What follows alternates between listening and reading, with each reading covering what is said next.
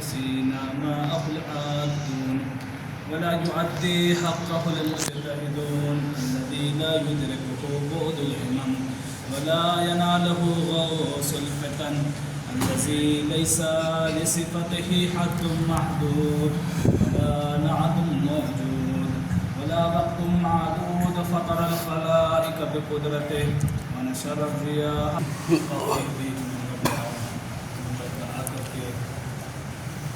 کچھ باتیں آپ کے سامنے تک پہنچاؤں.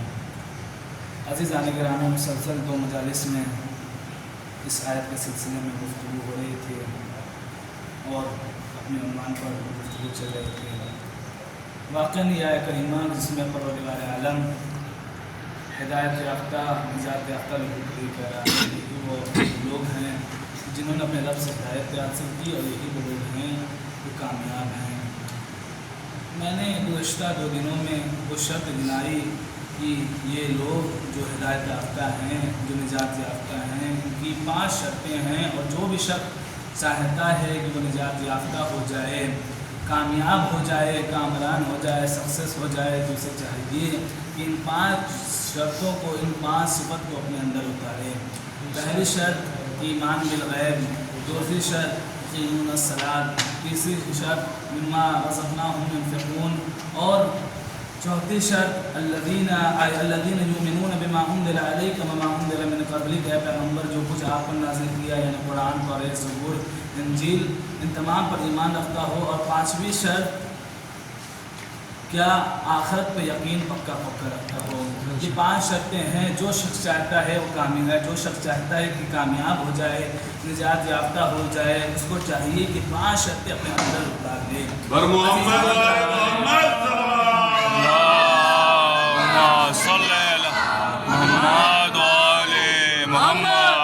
ایمان بالغیب، غیب کہتے کسے ہیں؟ میں سمجھا دوں اپنے چھوٹے بھائیوں کو کہ غیب کہتے کسے ہیں. عزیزان گرامی، دنیا میں جتنی بھی چیزیں معلوم ہوئی ہیں وہ 5 قوتوں سے معلوم ہوئی ہیں، 5 طاقتوں سے معلوم ہوئی ہیں. ایک دیکھنے کی طاقت، ایک سننے کی طاقت، ایک چکھنے کی طاقت، ایک سونگھنے کی طاقت، ایک چھونے کی طاقت. قوت سامعہ، قوت باصرہ، یہ 5 قوتیں ہیں جنہیں حواس خمسہ کہا جاتا ہے. یعنی ان 5 چیزوں کے ذریعے جتنی بھی چیزیں اس دنیا میں معلوم ہوئی ہے، ان 5 چیزوں کے ذریعے معلوم ہوئی ہے. دیکھنے کے ذریعے معلوم ہوئی ہے، سننے کے ذریعے معلوم ہوئی ہے، چکھنے کے ذریعے معلوم ہوئی ہے، سونگھنے کے ذریعے معلوم ہوئی ہے اور چھونے کے ذریعے معلوم ہوئی ہے. کل کے مقابلے میں آج کی سائنس جو اتنی کئی گنا زیادہ ترقی پائی ہے، تو ان 5 چیزوں کے ذریعے معلوم کر کے کئی گنا زیادہ ترقی پائی ہے. جتنی بھی چیزوں کو ایجادات کیا ہے، جتنی بھی چیزوں کو وجود میں لایا ہے، ان 5 چیزوں کے ذریعے وجود میں لایا ہے. کوئی چھٹی چیز نہیں تھی کہ جس کے ذریعے سائنس نے آج بھی کوئی چیز وجود میں لائی ہو. یا تو دیکھنے کے ذریعے لائے ہو، یا تو سننے کے ذریعے لایا ہو، یا تو چکھنے کے ذریعے لایا ہو، یا چھونے کے ذریعے لایا ہو. کوئی چھٹی چیز وجود میں نہیں آئی. لیکن عزیزان گرامی، ایک مثال دے دوں. اسی فرش اعضا پر ہم بیٹھے ہوئے ہیں. اگر کوئی شخص باہر کھڑا ہو، ہم ان آنکھوں کے ذریعے اسے نہیں دیکھ سکتے. کیوں؟ کیونکہ یہ آنکھ قاصر ہے. یہ آنکھ اسی چیز کو دیکھ سکتی ہے جو سامنے ہو، جو ظاہر ہو. غیب کو نہیں دیکھ سکتی آنکھ. یہ فقط آنکھ جو ہے وہ ظاہر کو دیکھ سکتی ہے. عزیزان گرامی، یہ حواس خمسہ جو ہے یہ فقط ظاہر کو دیکھ سکتی ہے، غیب کو نہیں دیکھ سکتی ہے. تو چھٹی چیز ہے کیا کہ جو غیب کو دیکھ سکتی ہے؟ تو عزیزان گرامی، معصوم فرماتے ہیں وہ چھٹی چیز ہے عقل. کوئی توجہ، جسے مولا کائنات میں فرمایا کہ یہ عقل جو ہے یہ دولت ہے انسان کی، جس کے بنیاد پر اللہ نے انسان کو اشرف المخلوقات بنایا. پر دیجئے محمد وآل محمد.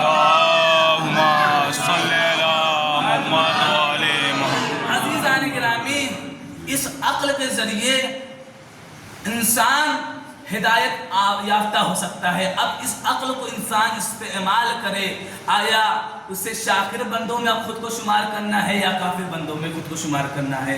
تو عزیزان، اس عقل کے ذریعے انسان اپنے خدا کے عقیدے پر خود کے عقیدے یعنی خدا کے عقیدے کو مضبوط کر سکتا ہے، عقیدہ نبوت کو مضبوط کر سکتا ہے۔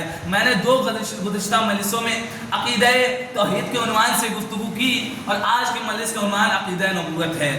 عزیزان گرامی، اصول دین میں 5 چیزیں ہیں: عقیدہ توحید، عقیدہ عدل، عقیدہ نبوت، عقیدہ امامت اور عقیدہ قیامت، جس میں سے عقیدہ نبوت توحید کے سلسلے میں نے گفتگو کی۔ آج کا عنوان عقیدہ نبوت ہے۔ عزیزان گرامی، یہ نبوت ہے کیا؟ انبیاء کی رسالت کیوں ضروری ہے؟ انبیاء کو اللہ نے اس دنیا میں کیوں بھیجا؟ عزیزان گرامی، قرآن کی ایک آیت ملتی ہے جس میں پروردگار عالم کہہ رہا ہے کہ وَلَقَدْ بَعَثْنَا فِي كُلِّ أُمَّةٍ رَسُولًا أَنِ اعْبُدُوا اللَّهَ وَاجْتَنِبُوا الطَّاغُوتَ، ہم نے بھیجا، وَلَقَدْ بَعَثْنَا یقیناً بے شک ہم نے بھیجا، کہاں بھیجا؟ فی کل امتٍ، ہر امت میں۔ کس کو بھیجا؟ رسولاً، ایک رسول کو۔ کس لیے؟ اس کا کام کیا ہے، اس کی ڈیوٹی کیا ہے، اس کا کام کیا ہے؟ تو خود اس کے مقصد کو بیان کر رہا ہے پروردگار کہ ان اعبدوا اللہ، وہ اللہ کی عبادت کرے گا اور سرکشوں سے دوری اختیار کرے گا۔ عزیزان گرامی، یہ 2 کام ہر نبی نے کیا، ہر دور میں۔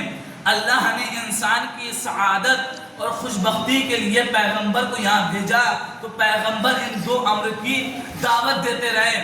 آدم آتے رہے، ان دونوں امر کی دعوت دیتے رہے۔ نوح آتے رہے، ان دونوں امر کی دعوت دیتے رہے۔ یعقوب آتے رہے، ان دونوں امر کی دعوت دیتے رہے۔ تمام انبیاء یہاں تک کہ پیغمبر آئے ان دونوں امر کی دعوت دی۔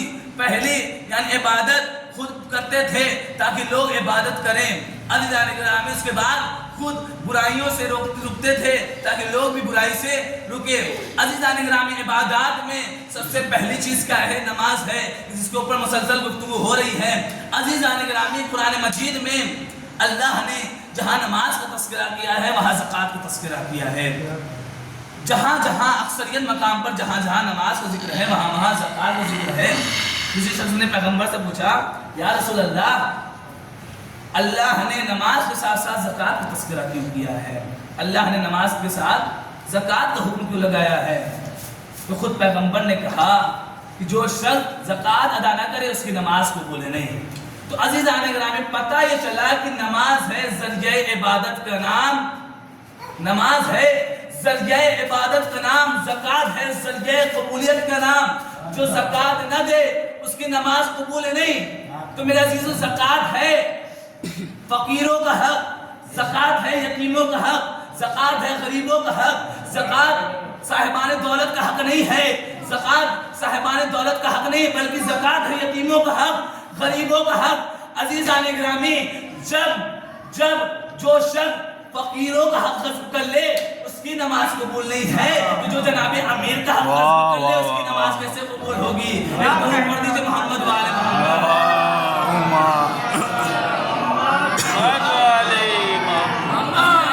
ہر نبی آئے، ہر دور میں آئے، اللہ نے جہاں لوگ ہدایت دینے والے موجود تھے وہاں پروردگار عالم نے ہادی کو بھی بھیجا، ہر دور میں بھیجا، ہر زمانے میں بھیجا۔ تو عزیزان گرامی، ہر نبی آئے، ہدایت کرتے گئے، اور لوگ ہدایت، بہت سے ایسے افراد تھے جو ہدایت نہیں لے پائے، لیکن عزیزان گرامی کیونکہ انہوں نے اپنی عقل استعمال نہیں کیا۔ اگر انسان اپنے عقل کے مطابق چلے تو واقعاً وہ ہدایت یافتہ ہو جاتا ہے۔ انسان صحیح اور غلط تمیز انسان اپنے اندر پیدا کر لے تو واقعاً عزیزان گرامی وہ ہدایت یافتہ ہو جایا کرتا ہے۔ تو میرے عزیزو، پیغمبر آتے، جتنے بھی پیغمبر آئے ان کا مقصد کیا تھا؟ عبادت کروانا اور لوگوں کو سرکشوں سے دوری کرنا۔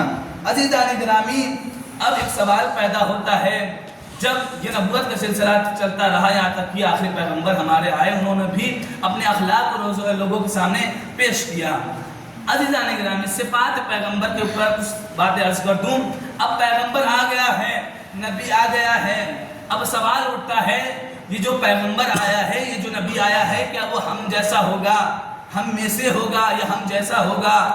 کیا اس کی صفت ہم جیسی ہوگی؟ تو جب آیا میں نے کتابوں کا مطالعہ کیا، کہا کہ نہیں، اس کا علم دنیا میں اس طرح ہوگا کہ لاجواب ہوگا، اس کا علم کا کوئی جواب نہیں ہوگا، اس کا اخلاق بہت بلند ہوگا۔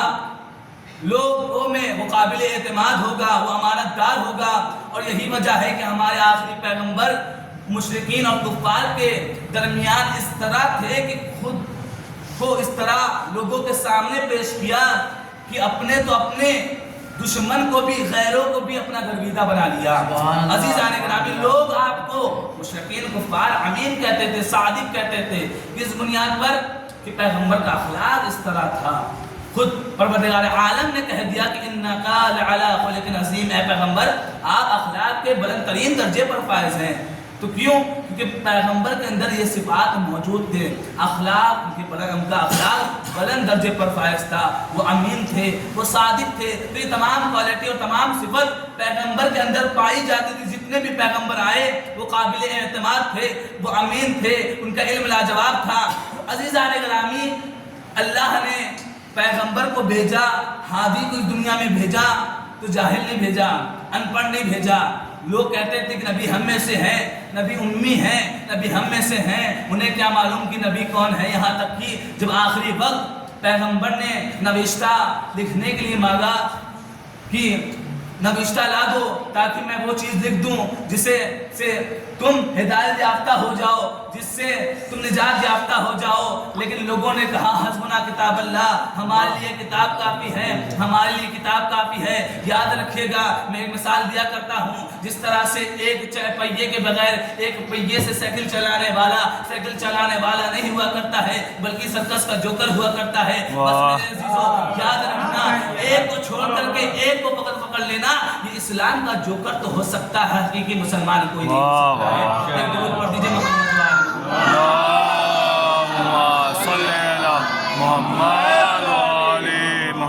دونوں چیزوں کو لے کر کے چلنا. پیغمبر نے یہی تو آخر میں کہا تھا کہ انی تارک فیکم الثقلین، ہم تمہارے درمیان دو گرا قدر، دو بھاری بھرکم چیزیں چھوڑے جا رہے ہیں. ان دونوں کو اگر پکڑے رہو گے، ان دونوں سے اپنا رابطہ مضبوط کرے رہو گے تو تم نجات یافتہ ہو جاؤ گے، کامیاب یافتہ ہو جاؤ گے. وہ دو چیزیں کیا تھیں؟ ایک کتاب، ایک میری اطرت یعنی اہل بیت. تو عزیزان گرامی، یہی اطرت اور یہی اہل بیت آج 3 محرم ہے میرے عزیزو. یہی اہل بیت اطہار علیہ السلام بعد نبی اتنے مظالم ڈھائے گئے تو آگ لکڑیاں لے کر کے لوگ آ گئے. ہاں عزاداران مظلوم کربلا، مجھے مصائب زیادہ بیان نہیں کرنا ہے، آج جناب حر کے مصائب میں چاہتا ہوں کہ آپ کے سامنے پیش کروں. ہاں عزاداران مظلوم کربلا، جب جناب حر علیہ السلام امام حسین علیہ السلام کے قافلے کو روکا، ایک مرتبہ امام حسین علیہ السلام نے کہا اے حر تیری ماں تیرے غم میں روئے. ایک مرتبہ حر نے کہا اے آقا حسین آپ کی ماں سیدہ ہے، آپ نے میری ماں کا ذکر کیا ہے لیکن آپ کی ماں سیدہ ہے، میری اتنی مجال نہیں ہے کہ میں آپ کو کچھ کہوں. ہاں عزاداران مظلوم کربلا، یہ احترام سیدہ تھا جو حر کو یزیدیت سے نکال کر کے حسینیت کی جانب لے کر کے آیا. یہ احترام سیدہ تھا جو حر کو ظلمت سے نکال کر کے نور کی جانب لے کر کے آیا. یہ احترام سیدہ تھا جو حر کو جہنم سے نکال کر کے جنت کی جانب لے کر کے آیا. ہاں عزاداران مظلوم کربلا، جب شب عاشور آئی تو ایک مرتبہ حر گھبرایا ہوا نظر آ رہا تھا، مضطرب تھا. ایک مرتبہ وہ ٹھہر رہا تھا. ایک مرتبہ جب بچے نے دیکھا، حر کے بیٹے نے جب دیکھا تو ایک مرتبہ کہا اے بابا جان، آپ تو یزیدی لشکر کے سپاہ سالار ہیں، آپ تو بہادر ہیں، آپ تو شجاع ہیں، آپ تو گھبرا رہے ہیں. ایک مرتبہ حر نے کہا، ایک مرتبہ حر نے اپنے بیٹے کے ہاتھ کو پکڑا اور خیام حسینی کی جانب لے کر کے آیا. ایک مرتبہ بیٹے سے کہا حر نے کہ اے بیٹے اس آواز کو سنو. آواز آ رہی تھی العطش العطش العطش، ہائے پیاس ہائے پیاس ہائے پیاس. ہم عزاداران مظلوم کربلا، جب حر کے بیٹے نے یہ سنا تو ایک مرتبہ حر نے کہا اے بیٹے، کل مجھے اپنے آقا کے پاس جانا ہے، مجھے جہنم سے نکل کر کے جنت کی جانب جانا ہے. ہاں عزاداران مظلوم کربلا، صبح شور ہوئی. حر کے بیٹے یہاں تک کہ بھائی اور غلام بھی چاروں نفر ساتھ میں چلے. ایک مرتبہ جیسے ہی آگے بڑھ رہے تھے، حر نے کہا اے بیٹا میری آنکھوں پہ پٹی ڈال دو، اس لیے کہ میں گنہگار ہوں، میری آنکھوں پہ پٹی باندھ دو، میرے ہاتھوں میں رسن باندھ دو. بیٹے نے آنکھوں پر پٹی باندھا، ہاتھوں میں رسن باندھا. ایک مرتبہ حر اور حر کا بیٹا اور حر کا بھائی اور حر کا غلام ساتھ نکل پڑے. امام حسین کے خیمے کی جانب بڑھتے چلے جا رہے تھے. ایک مرتبہ کیا ہے کہ حر کا بیٹا حر کے ساتھ جا رہا ہے. ایک مرتبہ حر کے بیٹے نے صدا تکبیر بلند کی. حر نے کہا کیا ہوا بیٹا؟ حر نے کہا اے بیٹا کیا ہوا؟ بیٹے نے کہا اے بابا جان شبیہ پیغمبر علی اکبر آ رہے ہیں ہمارے استقبال کے لیے. ایک مرتبہ حر نے کہا اے میرے بیٹے آگے چلتے رہو. ایک مرتبہ جیسے ہی آگے چلے ایک مرتبہ پھر صدائے تکبیر بلند ہوئی. ایک مرتبہ پھر سے حر نے کہا اے بیٹا کیا ہوا؟ حر کے بیٹے نے پھر سے کہا اے بابا جان اب عباس دلاور ہمارے استقبال کے لیے آ رہے ہیں. ایک مرتبہ کچھ اور قدم آگے چلے. ایک مرتبہ کیا بیٹے نے دیکھا کہ آقا حسین خود استقبال کے لیے آ رہے ہیں. آزاداران مظلوم کربلا خدا آپ کو کوئی غم نہ دے سوائے سید الشہداء کے. ابھی کچھ قدم آگے بڑھے تھے کیا دیکھا کہ آقا حسین استقبال کے لیے آ رہے ہیں. اب جو بلند آواز سے صدائے تکبیر بلند کرنا تھا ایک مرتبہ حر نے کہا کون آ رہا ہے؟ ایک مرتبہ بیٹے نے کہا کہ آقا حسین ہمارے استقبال کے لیے آ رہے ہیں. حر نے کہا اے بیٹا مجھے میرے آقا کے قدموں پہ گرا دو. حر نے خود کو حسین کے قدموں پہ گرایا اور کہا اے آقا مجھے معاف کر دیجئے. اے آقا مجھے معاف کر دیجئے. ایک مرتبہ حسین نے کہا انت حر فی الدنیا والآخرہ. اے حر میں نے تجھے آخرت اور دنیا میں آزاد کر دیا.